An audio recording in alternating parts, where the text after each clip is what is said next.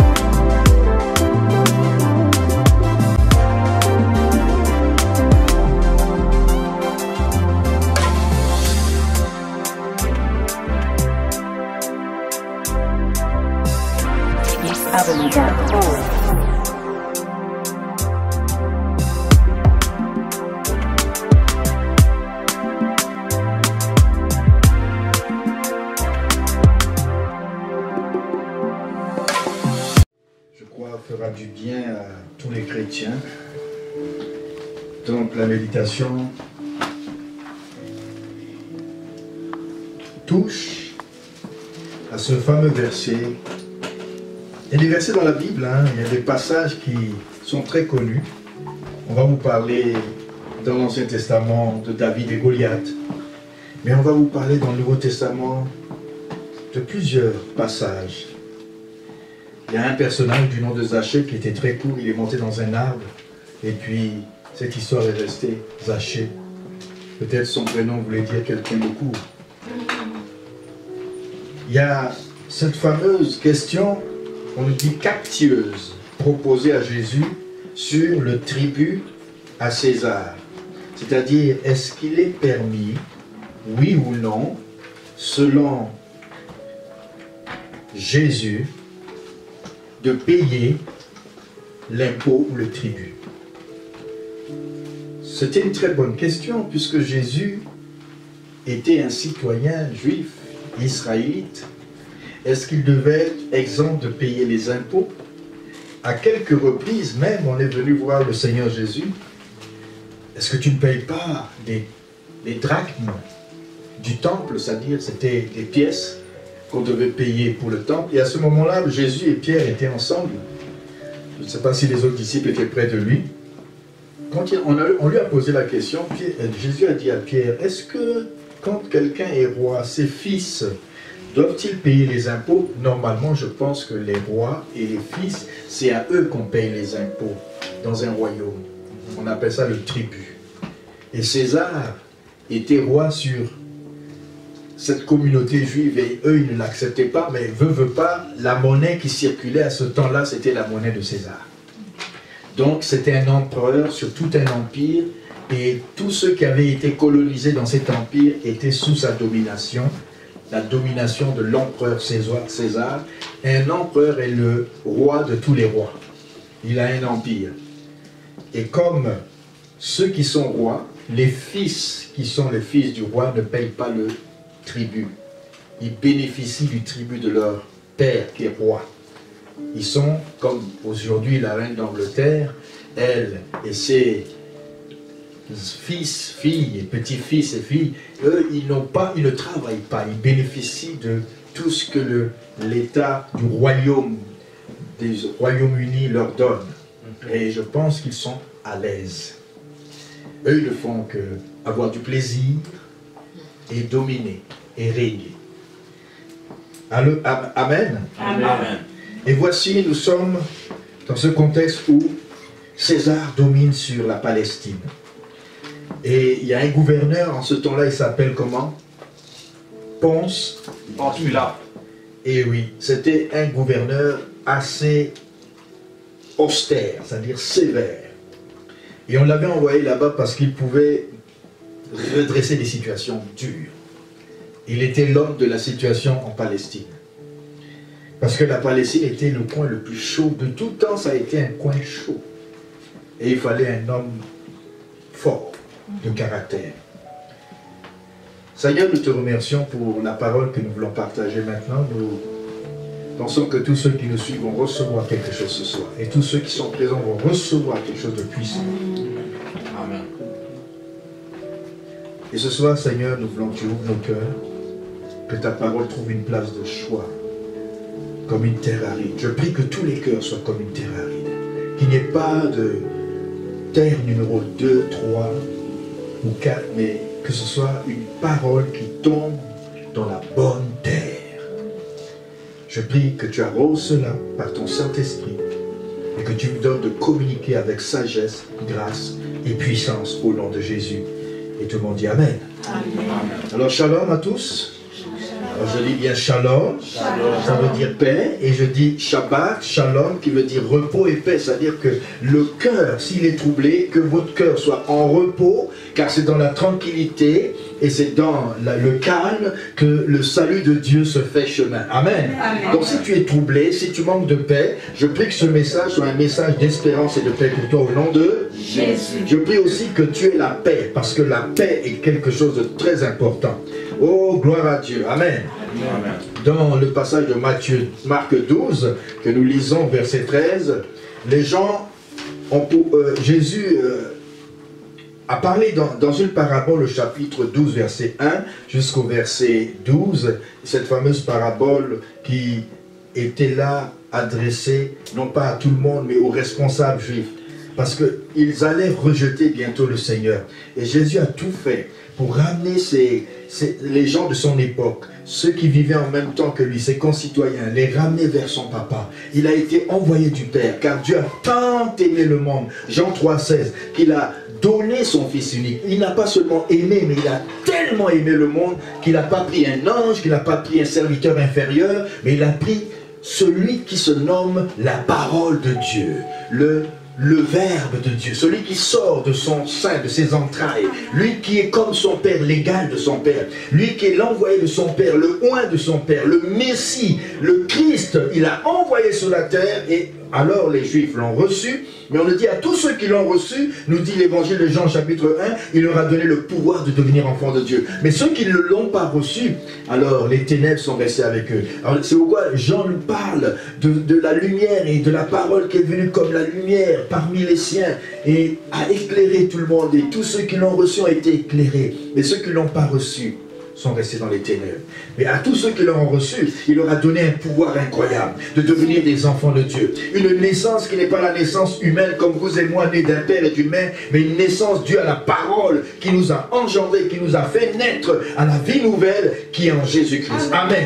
Nous sommes nés du Saint-Esprit. C'est pourquoi le vent il souffle comme il veut. Et quand tu es né de l'Esprit, on ne peut pas expliquer ça. C'est un miracle. C'est comme le vent, ça vient et puis tu le sais et puis c'est tout. Quand le vent te touche, tu sais que le vent t'a touché. Et le vent de l'Esprit t'a touché par la parole qui a été prêchée un jour ou ce soir et tu reçois Jésus comme sauveur. Amen.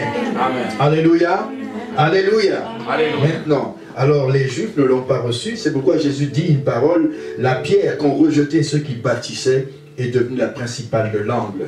Parce que dans une maison, une construction, la fondation est importante, et la pierre de l'angle est très importante, et la pierre de l'angle du bâtiment, qui est l'église du Dieu vivant, du royaume de Dieu, c'est Jésus. Et ceux qui bâtissent, qui l'ont rejeté, eh bien, elle est devenue la principale, elle est un prodige, et à tous ceux qui ne font pas attention, ils vont se cogner dessus, ils vont tomber. Ceux qui vont faire attention vont pouvoir passer par-dessus et ne vont pas tomber. Amen. Amen. Et alors, les Juifs ont compris dans Marc 12, verset 12, que Jésus leur adressait cette parabole. si vous la lisez, c'est qu'il a envoyé plusieurs personnes pour pouvoir voir ce que les vignerons vont produire dans le champ et récolter pour amener au maître. Mais il a envoyé 1, 2, 3, 4, ils les ont tous tués. Et ensuite, il a envoyé son fils unique et on l'a tué. C'était pour s'appliquer que moi, Dieu, mon Père, a envoyé les prophètes, il a envoyé des prophètes, il a envoyé des hommes de Dieu, il a envoyé. Vous les avez tous éliminés jusqu'à Zacharie qui a été éliminé. Et aujourd'hui, Dieu nous a envoyé son fils. Mais les gens ont pris son fils et comme il annonce prophétiquement, vous allez me tuer bientôt. Alors, ils ont compris, on nous dit, ils avaient compris que c'était pour eux que Jésus avait dit cette parabole et ils le quittèrent et s'en allèrent.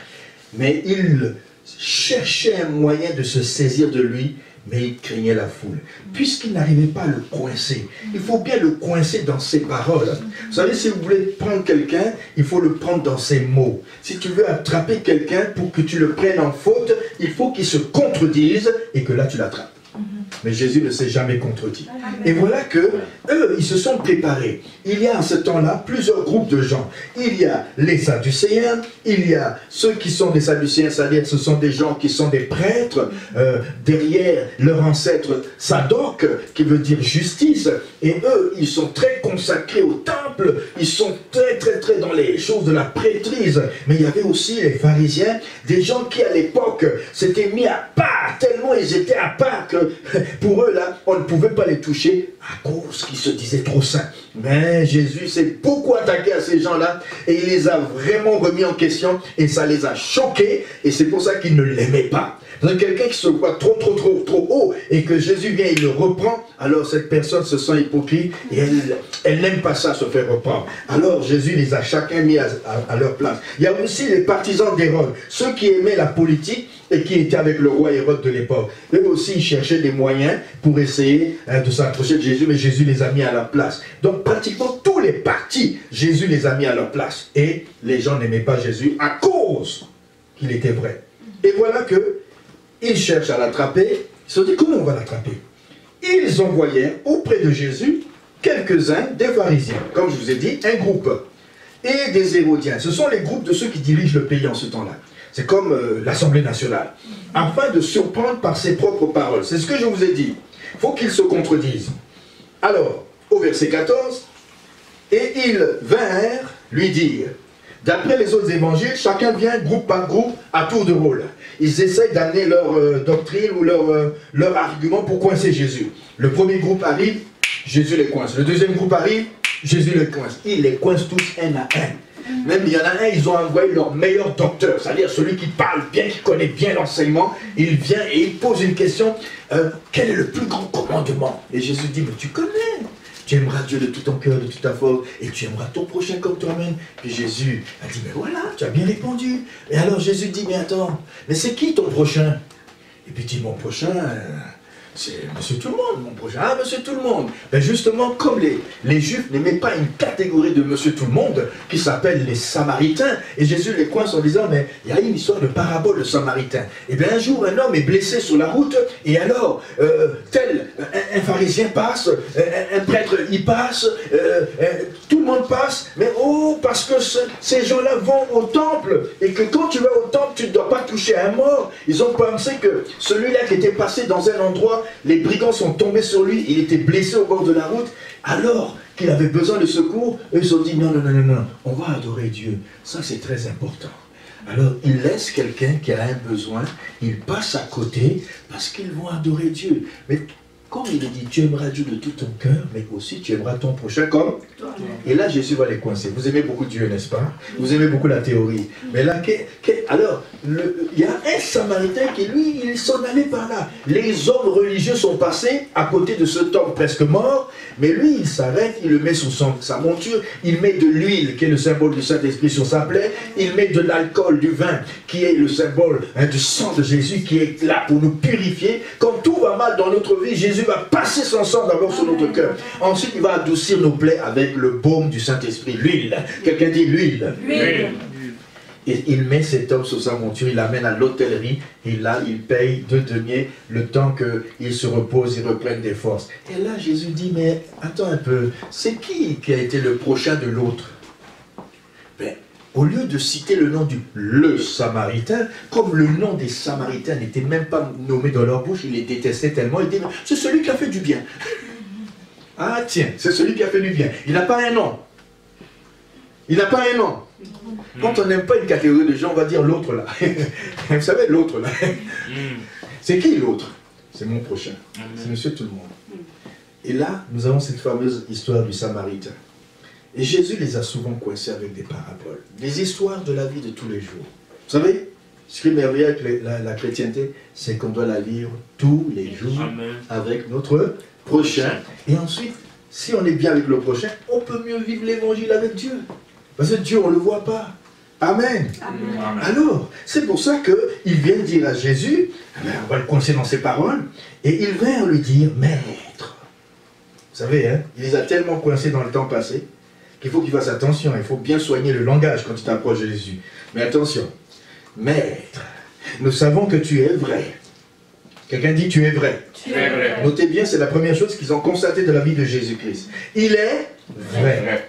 Et ils disent ensuite, et que tu ne t'inquiètes de personne. C'est-à-dire que tu ne penses pas ce que les autres pensent. Tu ne vas pas t'inquiéter de quand dira-t-on. Parce que beaucoup d'entre nous, quand on va dire, ah, qu'est-ce qu'ils vont dire si je dis ceci, si je dis cela, mais qu'est-ce qu'ils vont dire? On s'occupe des opinions de ce que les gens pensent. Quand dira-t-on? Et on s'inquiète beaucoup pour ce que les autres vont penser. Dans ce monde actuel, on s'inquiète beaucoup de ce que les gens pensent autour de nous. Amen, plus de ce qu'on doit vivre comme notre conviction personnelle en Dieu. Amen. Et ensuite, ils disent, après, tu es vrai, tu ne t'inquiètes de personne, car tu ne regardes pas l'apparence des hommes. Voilà une autre chose que Jésus-Christ, si tu veux être un vrai, comme Jésus, si tu veux être un vrai, il ne faut pas t'inquiéter de ce que les gens pensent. Et en plus, il faut surtout ne pas regarder l'apparence des gens. L'apparence dans ce monde compte beaucoup. Comment on est vêtu, comment on mange, comment on se comporte, comment on marche. C'est important. Mais alors, si tu passes ton temps à regarder l'apparence, comment il réagit, comment il t'a regardé. Ah, il ne m'a pas salué, il ne m'a pas bien regardé. Oh là là, qu'est-ce qu'il a? Oh, le visage. Oh là là. Alors là, tu vas tomber. Parce que l'apparence est trompeuse. L'habit ne fait pas toujours le moine. Amen. Amen. Tu ne regardes pas à l'apparence. Il faut regarder, s'il vous plaît, au-delà des apparences. Amen. Si vous voulez être vrai comme Jésus, ne pas vous inquiéter. Dites avec moi, je vais être vrai. Donc je ne m'inquiéterai de personne. C'est pas que tu ne dois pas être insensible ou soucieux, mais si tu passes ton temps à avoir des inquiétudes sur les gens, eh bien, tu ne vas pas vivre ta vie, ni vivre la vie chrétienne. Déjà, la vie en général est déjà assez compliquée. La vie chrétienne est plus exigeante, car c'est une vie de sainteté. Amen. Et ensuite, ne regarde pas toujours à l'apparence des gens. Il peut rentrer des gens de toutes formes, de toutes... Ah, avec mon épouse, on a eu à voyager pendant des trentaines d'années. Oh là là, qu'est-ce qu'on a vu des gens et des gens et des gens et des gens. Comme on a dit souvent, je le dis souvent, on a été dans la forêt vierge de l'Afrique centrale, la forêt, hein, qu'on appelle la jungle, pour aller ensuite dans les jungles plus compliquées en béton. Et on appelle ça le concrete jungle, c'est-à-dire la jungle de béton. Alors, de ces deux jungles, les hommes sont pareils. Amen. Amen. Donc, ne regardez pas l'apparence. On a vu des gens avec des simples cache-sexes. Et on leur a prêché l'évangile avec amour. On les a serrés dans nos bras. Alléluia. Amen. Et il dit aussi, tu enseignes la voie de Dieu selon la vérité. Quelqu'un qui est vrai, il doit avoir une caractéristique, enseigner la voie, le chemin, la vérité, la vie en Jésus-Christ, avec l'enseignement qui est selon la vérité. Tu peux être vrai, mais tu n'enseignes pas dans ce chemin, dans la vérité. Pourquoi? Parce que tu es ignorant. Faute de connaissance, le peuple de Dieu périt. Amen. Amen. Maintenant, voilà comment on a caractérisé Jésus. Et ça, je dis, c'est une approche diplomatique. Dites avec moi, approche diplomatique. C'est-à-dire, tu flattes la personne sent que son ego est très bien. Ah, tu peux parler, mon jeune homme, tu peux parler, son excellence. Oh, vraiment, vous m'avez touché avec votre approche. Vous êtes respectueux, vous au moins. Mais Jésus, c'est comme avec Nicodème, dit, il faut naître de nouveau. Ton problème, c'est quoi? Tu dois naître de nouveau. Mais ici, il laisse les gens parler et on lui pose la question. Est-il permis, avec toute cette approche, de payer l'impôt, le tribut à Kaiser, César, l'empereur? Là, il voulait justement mettre un coup de poing à Jésus qui ne lui permettra pas de se relever. S'il dit quelque chose de très mal contre l'autorité sur la place, Ponce Pilate va passer un coup de fil dans le téléphone rouge direct à César. Est-il permis, oui ou non? Devons-nous payer ou ne pas payer? Si c'était vous là, je pense que vous aurez tremblé. Mais Jésus va être très, très inspiré. Conduit par le Saint-Esprit. Jésus, connaissant aussi leur hypocrisie, leur répondit, « Pourquoi me tentez-vous? Apportez-moi un denier. » Il y a toujours une parole à propos, une parole, une réponse clé. Amen. Ne fouillez pas. Le Saint-Esprit vous donne toujours la réponse clé. Amen. Soyez simplement remplis de lui. Amen. Et sur la face du denier, c'est comme on aurait pris les pièces aujourd'hui, on dit c'est qui est dessus? La reine d'Angleterre ou c'est moi? On va dire ben, c'est la reine, que tu l'aimes ou pas, c'est la reine d'Angleterre et du kingdom et de tous ceux qui sont sous le kingdom. Alors, qu'est-ce que tu veux faire de plus que de te soumettre à toutes les exigences de ce que tu utilises comme pièce? N'est-ce pas vrai? N'est-ce pas vrai? Amen. Que je sois dans la province de l'Alberta, ou de l'Ontario, ou du Québec, c'est la même gestion, cette pièce et cette monnaie ont la figure de ceux ou de ceux qui sont au-dessus de nous. Amen. Amen. Alors là, oui, d'accord, mais alors quelle est ta réponse? Alors dis, tout simplement, rendez à César, l'empereur, ce que lui vous demande, et rendez à Dieu ce que Dieu vous demande. Amen. Alors là, il s'est mis dans une position vraiment au milieu. Personne ne pouvait le toucher. Là, ils ont été comme... Ah ben là, il nous a eu. Il faut rendre à Dieu ce qui est à Dieu. La crainte, le respect, la parole, la soumission à sa seigneurie, celle du Christ, et rendre à César. S'il nous demande de payer les impôts, s'il nous demande de faire ceci, il faut lui rendre. Alors, ce que Jésus a dit est merveilleux. Ils lui apportèrent un denier, avec une effigie, une inscription de César. Alors il leur dit, rendez à César ce qui est à César, et à Dieu ce qui est à Dieu. Et ils furent à son égard dans l'étonnement. Je suis en train de dire à quelqu'un que ceux qui veulent te coincer seront toujours dans l'étonnement. Ceux qui t'en veulent du mal seront toujours dans l'étonnement. Parce que tu es un fils du royaume. Et au temps opportun, au moment voulu, Dieu te donnera toujours la parole de sagesse. Alléluia. Et cette réponse me pousse à aller avec vous dans Romains chapitre 13, parce que il y a plusieurs choses dans lesquelles l'ennemi souvent amène des gens autour de nous. Je ne vais viser personne pour chercher à vous coincer. Et lorsque cela sera venu, n'oubliez pas les principes que je vais vous dire ce soir. Romains chapitre 13 verset 1, voilà un principe, même Paul le dit dans 1 Timothée 2, qu'il faut honorer les autorités, prier pour les rois, les dignitaires, ceux qui sont au-dessus de nous. Il faut même prier pour l'autorité judiciaire, la police, autorité législative, le parlement. Il faut prier pour tout cela, pour que Dieu incline leur cœur, pour que le pays marche bien. Amen. Et on sera en paix. Mais alors il dit que toute personne, dit Paul ne va pas dire le contraire, le grand apôtre, il va dire que toute personne soit soumise aux autorités supérieures. Est-ce qu'il va dans le même sens que Jésus? Oui. Car il n'y a point d'autorité qui ne vienne de Dieu. Et les autorités qui existent ont été instituées de Dieu. C'est pourquoi celui qui s'oppose à l'autorité résiste à l'ordre que Dieu a établi. Et ceux qui résistent attireront une condamnation sur eux-mêmes. Ce n'est pas pour une bonne action, c'est pour une mauvaise que les magistrats qui portent l'épée sont à redouter. Veux-tu ne pas craindre l'autorité? Alors, qu'est-ce que tu as à faire? Fais le bien et tu auras son approbation. Amen. Amen. Le magistrat est serviteur de Dieu pour ton bien, mais si tu fais le mal, crains, car ce n'est pas en vain qu'il porte l'épée, étant serviteur de Dieu. Et les juges, les magistrats, tous ces gens sont des serviteurs de Dieu.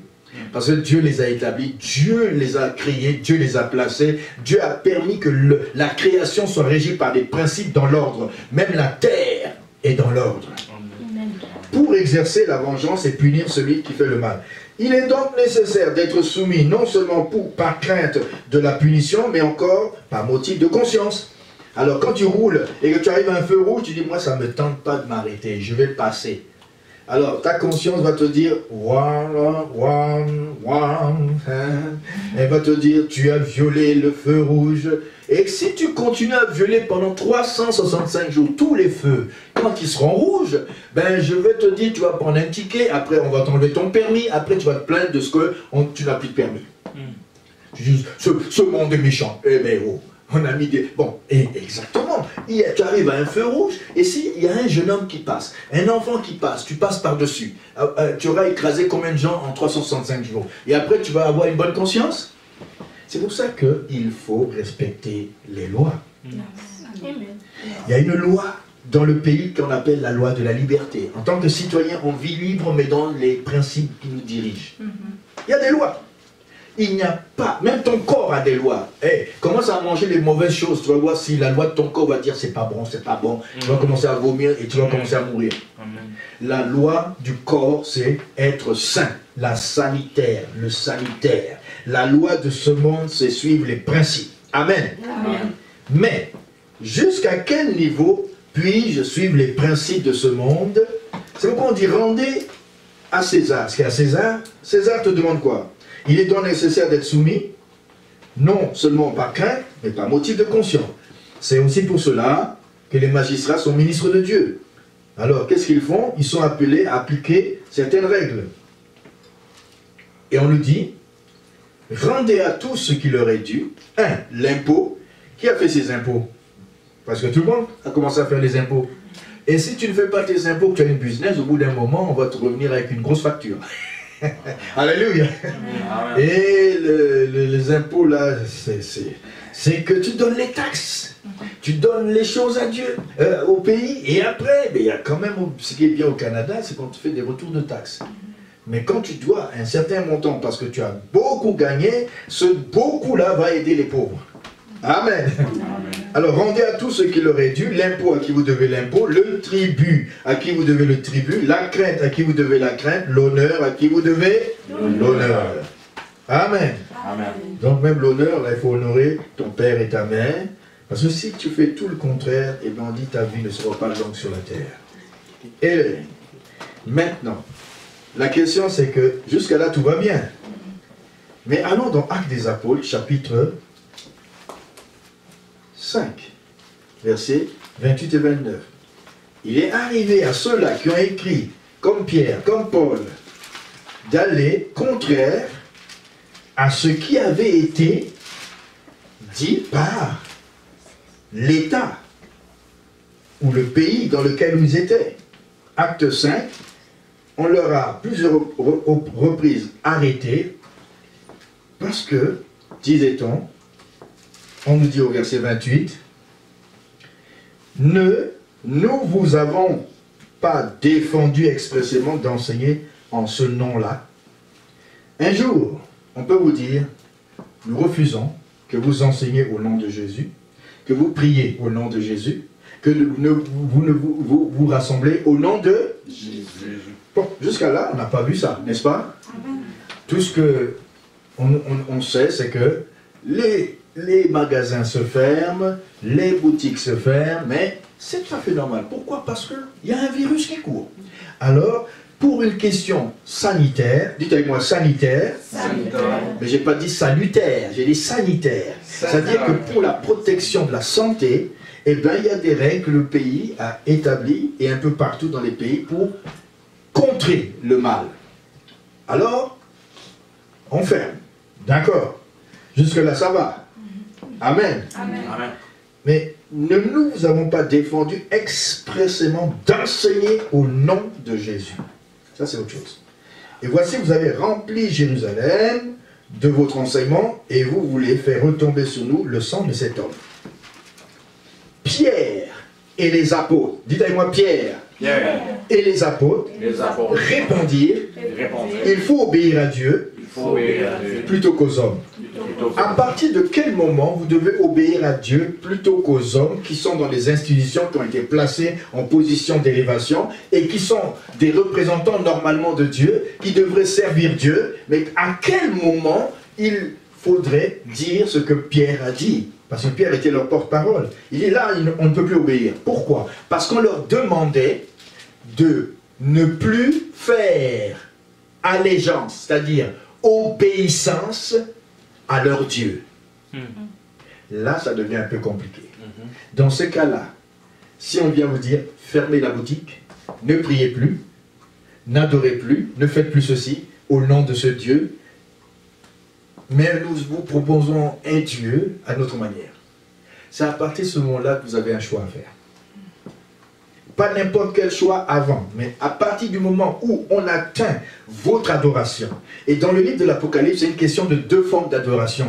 C'est une question de deux églises, de deux formes de femmes. La femme fidèle et la femme infidèle. La femme infidèle, on l'appelle Babylone. On l'appelle la prostituée. On l'appelle celle qui s'est corrompue. Mais la femme fidèle est celle qui est l'épouse, qui continue à adorer Dieu, qui continue à servir Dieu avec loyauté. Mais quand on va nous parler de l'Apocalypse qu'on va voir dans les jours à venir, vous aurez un conflit entre deux choses, la véritable adoration et la fausse adoration. Et là, vous devez prendre position. À partir du moment où on va atteindre votre foi, là, comme le livre de Daniel chapitre 6, allons dans Daniel chapitre 6 et dans Daniel chapitre 3, où nous voyons que Daniel, Shadrach, Meshach et Abednego, eux, ils étaient très élevés à Babylone, ils étaient dans la cour du roi, ils étaient des hauts fonctionnaires du roi, et là, vous allez voir que eux aussi ont dû faire un choix en leur temps qui doivent nous servir aujourd'hui. Amen. Amen. Et l'un a été jeté dans une fosse au lion, et les autres ont été jetés dans la fournaise de feu. Hey, à cause de la foi. Alors, Daniel 6, Darius trouva bon d'établir sur le royaume 120 satrapes. C'est-à-dire que le royaume était immensément grand. Et Daniel devait être parmi les 3 chefs, verset 2. Il mit à leur tête 3 chefs, au nombre desquels était Daniel, afin que ces satrapes, qui sont des gouverneurs, leur rendissent compte au roi. Pour que le roi, dans la vie des enfants de Dieu, normalement, l'esprit du Christ, l'esprit supérieur vit en vous. Et à cause de cela, vous ne serez pas toujours aimé. Même si vous êtes en position élevée dans la société, tôt ou tard, les gens vont vous jalouser. Tôt ou tard, les gens vont vous faire des problèmes. Parce que l'Esprit de Dieu est en vous. Et que si quelqu'un n'a pas l'Esprit de Dieu, ou même si la personne a l'Esprit de Dieu, qu'elle est jalouse, eh bien elle va travailler contrairement.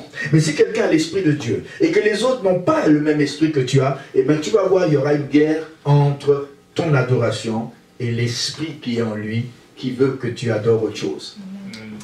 Hello. Amen. Et c'est pour ça que ceux-là, on nous dit que ces satrapes, eh ben, ils étaient tellement jaloux. C'est une question de jalousie. Quelqu'un dit c'est une question de jalousie. C'est une question de jalousie. Alors, il y a des gens qui ont quelque chose de bon en eux. Mais il y en a d'autres qui sont jaloux. Qu'ils soient enfants de Dieu ou pas, vous faites très attention. La jalousie va pousser à toujours combattre quelqu'un qui a quelque chose de bon.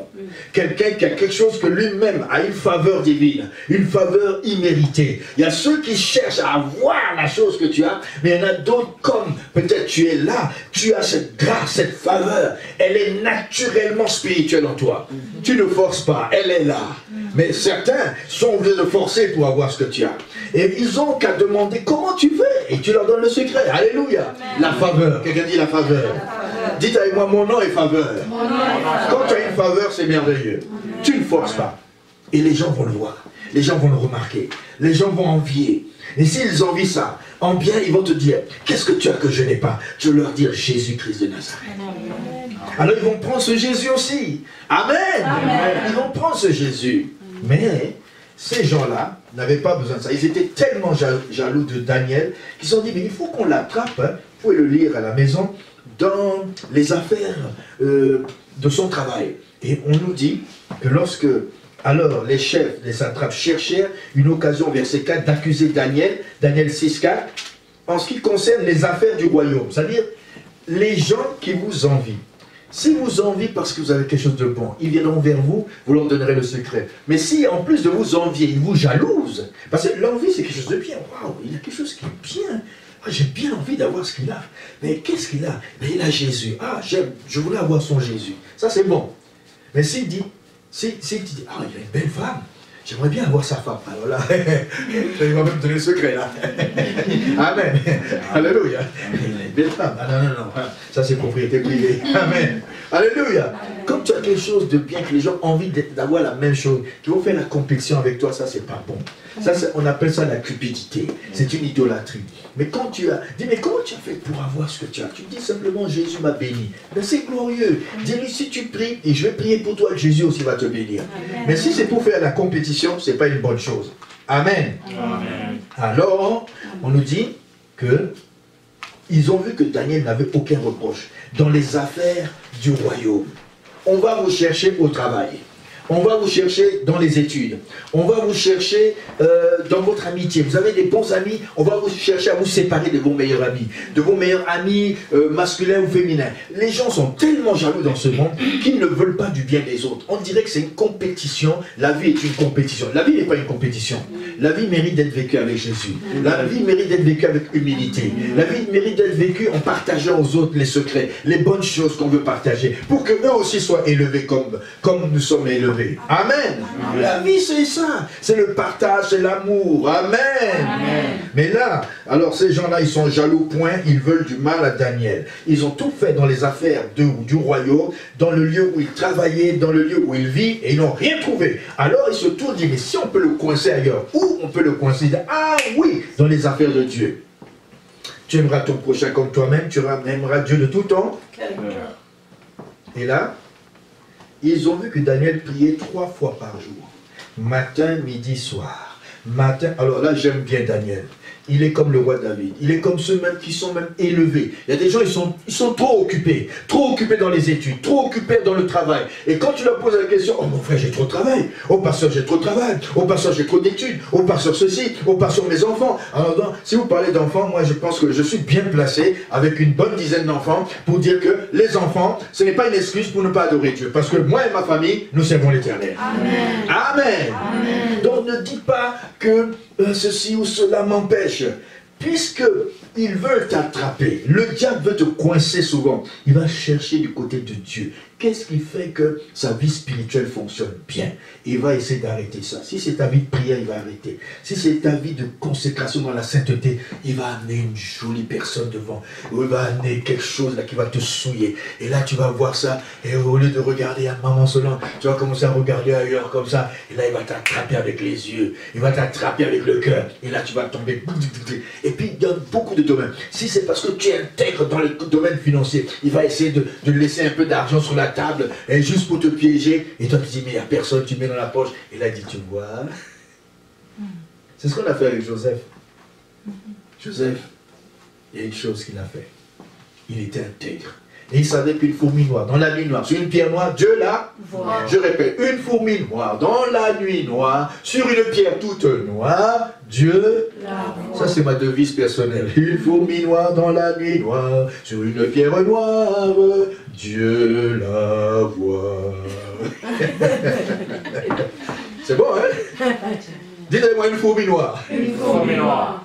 Dans la nuit noire. Dans la nuit noire. Sur une pierre noire. Sur une pierre noire. Dieu la voit. Dieu la voit. Pour Dieu, tout est lumière. Alors même si tu te caches aux yeux des hommes, aux yeux de Dieu, Dieu te voit. C'est pourquoi le temps que nous vivons, essayez de checker votre cœur à chaque moment. Moi j'ai une sentinelle, et je suis une sentinelle pour ma femme. Ma femme dit, attends, là tu n'as pas de monde par là. Là, il faut faire ça. Attention, là, attention. Il faut qu'on puisse dire ça avant de se coucher, mettons notre vie en ordre. Parce que pendant qu'on a les yeux fermés, on est parti.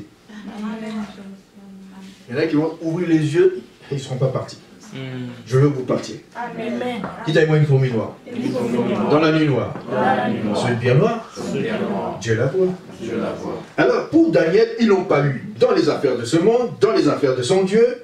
Il est trop fidèle à Dieu, trop fidèle dans ses affaires. Il est un bon citoyen. Alors, qu'est-ce qu'on fait? On va essayer de l'empêcher d'avancer. Qu'est-ce qu'on fait? On va voir les autorités supérieures. Souvent, les gens, ce qu'ils font, ils vont manigancer des faussetés sur vous. Ils vont raconter des gros mensonges. Oh! Qui n'a pas vécu des gros mensonges à son sujet? Lève la main. Ah, tu n'as pas vécu? Non. Mais non, vous avez vécu, levez pas la main. Si tu as vécu, lève la main. Voilà. Si tu n'as jamais vécu des mensonges à ton sujet, regarde la main levée. Ah non, j'ai jamais vécu. C'est parce que les gens vont vous humilier. Ils vont vous critiquer. Ils vont dire toutes sortes de choses. Mais la Bible dit dans Matthieu, c'est que vous êtes dans le bon chemin. Amen. Parce qu'on a dit ça de Jésus. Si toi on ne te le dit pas, eh bien tu as un problème. C'est que soit tu es ami du diable, et le diable ne te critique pas, mais le diable critique tout le monde. Il passe par la bouche de tout le monde. Il veut ton mal. Il va te donner un meilleur ami, il va t'aimer, à un moment il va te trahir. Tu as toutes sortes de choses qui vont t'arriver en chemin dans le chemin de la vie. Et tu seras blessé, découragé, abattu et complètement désarmé et prêt parfois au suicide. Tu vas avoir l'esprit suicidaire, tu vas avoir de l'oppression, la sous-pression, la pression, tout ce que vous voulez. Hein? C'est toutes les pressions. Qui n'a jamais été oppressé? Lève la main. Ah. Qui n'a jamais été sous pression? Lève la main.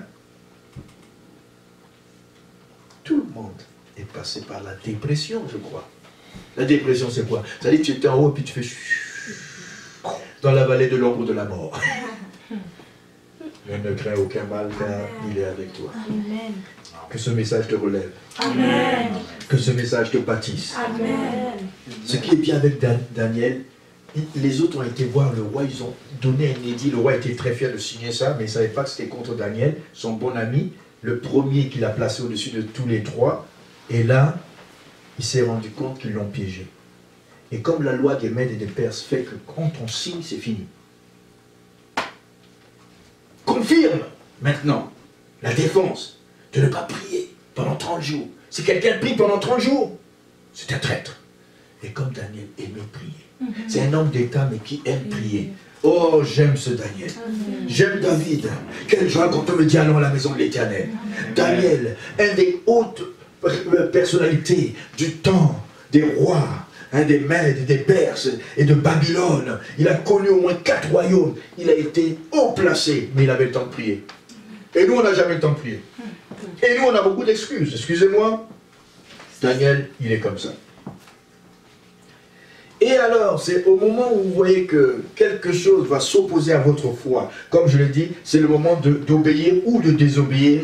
Quand tu dois désobéir, qu'est-ce que ça veut dire? On a dit que Daniel, tu ne dois pas prier à ton Dieu. Là, Daniel a désobéi, même s'il était un homme d'État, il était celui qui veillait sur les lois. Mais il a dû désobéir à cette propre loi. On a dû amener la loi à Daniel, il a lu et puis il a signé lui aussi.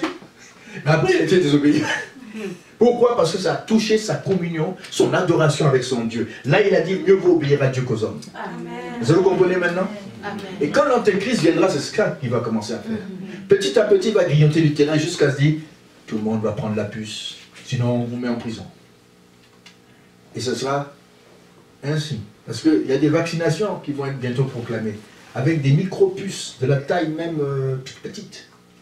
Et on va injecter ça. Et chaque seringue est micro-pucée, et en plus, elle est avec un RFID. L'état. Voilà, une étampe. Et ça va être dans peu de temps. C'est ce qui va arriver. Et puis si tu ne veux pas prendre, tu ne pourras pas acheter, comme dit dans l'Apocalypse, tu ne pourras pas vendre, tu ne pourras rien faire. Tu as intérêt à avoir pour 3 ans de la nourriture à la maison. Hello. Et ça, là, c'est ce qui arrive à Daniel. Et puis, qu'est-ce qui est arrivé aussi à notre ami Shadrach, Meshach et Abednego? Shadrach, Meshach et Abednego, c'est qu'on leur a dit, au son le roi Nebuchadnezzar a eu un rêve, et dans ce rêve, il a vu qu'il était une statue formidable, etc. Et il fallait l'adorer. Mais Daniel a dit, cette statue, c'est toi, et après, il y aura d'autres royaumes après toi. Et il a fait cette statue, et puis il a dit ensuite à tout le monde de l'adorer. Ce qui était trop imbu de lui-même. Et là, Daniel, il était ailleurs, mais ses amis étaient ailleurs. Quand ils sont séparés, quand ils sont ensemble, ils sont une force. Mais là, chacun est éprouvé. L'autre est éprouvé dans la fosse aux lions. Et ce jour-là, les lions ont jeûné. Ils ont dit, nous là, on nous a dit de te manger, mais Dieu le Créateur nous a dit d'entrer dans le jeûne. Parce que tu aimes beaucoup jeûner et prier, nous aussi aujourd'hui, on va se tenir avec toi, on va jeûner. Amen. Ils n'ont pas mangé jusqu'au matin. Le roi est venu là trouver Daniel qui jeûnait avec les lions qui étaient en jeûne. Ils n'ont pas mangé. Cette fameuse histoire-là est vraie. Amen. Et il y a eu aussi l'histoire où, comme ses amis à lui, vous savez, quand ils sont avec Daniel, Daniel est comme un chef. Mais maintenant ils sont seuls, les trois, on leur a dit, prosternez-vous dans le chapitre 4 et adorez Dieu, et adorez cette statue. Ils ont dit, nous ne voulons pas t'offenser, mais nous n'allons pas adorer ta statue. Il nous est défendu dans notre religion d'adorer les statues. Donc, jette-nous dans le feu si tu veux, mais ne le ferons pas. Et là, c'est là qu'on a vu la foi de ses amis. Il n'était pas avec Daniel là. Souvent quand on est ensemble, ah, Daniel, Daniel, Daniel. Mais là maintenant ils sont seuls. Shadrach, Meshach et Abednego. Ils ont été à Babylone à l'âge de 13, 14, 15 ans. Et ils ont régné avec Daniel, avec le roi, aux côtés des rois, jusqu'à l'âge de 80 et quelques. Ils étaient toujours fidèles. 3 fois par jour, chacun de prier. Amen. Amen. Waouh! Amen. Et là, quand on les a jetés dans la fosse aux lions, la fournaise, on l'a chauffé même 7 fois plus fort. Et quand ils sont rentrés dedans, leurs habits n'ont pas brûlé, rien n'a brûlé. Et en plus de cela, ce qui se passe, c'est que un 4e personnage est apparu. Ce n'était pas Daniel, c'était Jésus lui-même. Et ils étaient dans le feu et ils chantaient. Amen. Amen. Et après on leur a dit sortez. Ils sont sortis. Ils ne sentaient pas de fumée, rien du tout.